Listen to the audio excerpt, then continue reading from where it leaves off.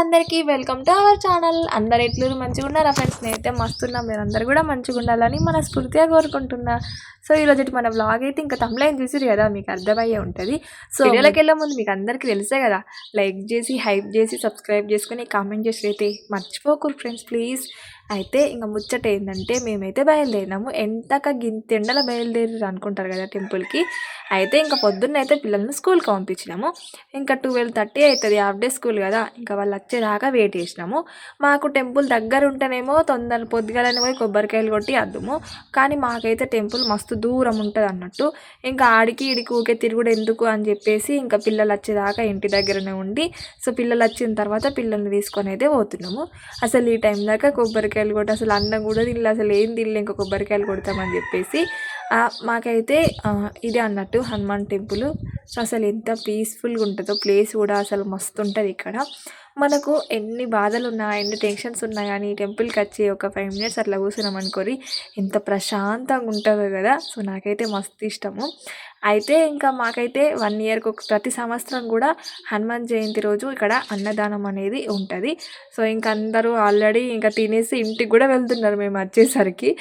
ఇంకా కొబ్బరికాయ కొట్టేటప్పుడు నేను మర్చిపోయినా అసలు ఏంటంటే నా హ్యాండ్కి కొంచెం పెయిన్ ఉంది కదా.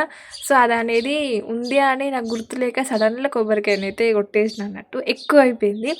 సో ఇక అందుకోసమే ఇంకా మళ్ళీ వేరే వాళ్ళని కొట్టమన్నాక ఇంకా వాళ్ళే కొట్టారు. మేము పోయినప్పుడైతే ఎక్కువ రష్ అయితే లేదు. సో ఫుల్ మంది ఉంటారు అన్నట్టు. ఇంకా పొద్దున టైంలో ఉంటేనైతే ఇప్పుడైతే ఎక్కువ మంది అయితే లేరు. సో ఆంజనేయుని బ్లెస్సింగ్స్ మనందరిపై ఉండాలని మనస్ఫూర్తిగా అయితే కోరుకుంటున్నా. సో ఇదైతే మొత్తం చుట్టుపక్కల ప్లేస్ అన్నట్టు.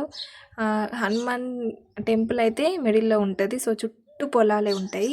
సో ఇక్కడ లొకేషన్ అయితే మస్తు అంటే మస్తు ఉంటుంది, ఎంత ప్రశాంతంగా ఉంటుందో. ఇక్కడ టెంపుల్ చుట్టూ పొలాలు, ఇంక ఇటు సైడ్ ఎక్కువ ఇండ్లు అయితే ఏముండయి.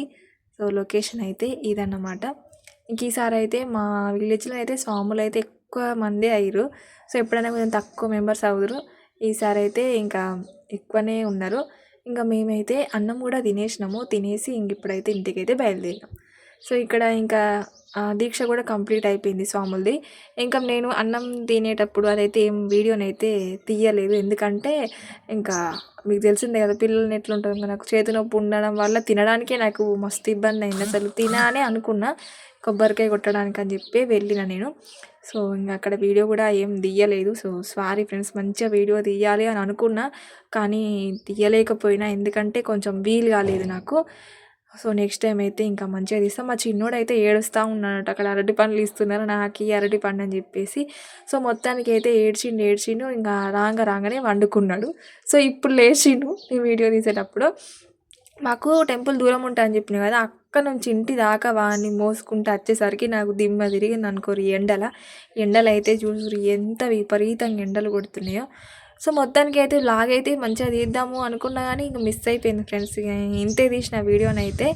So thank you so much ఇంతవరకు వీడియో చూసిన ప్రతి ఒక్కరికి కామెంట్ చేసి మర్చిపోకూరి. బాయ్.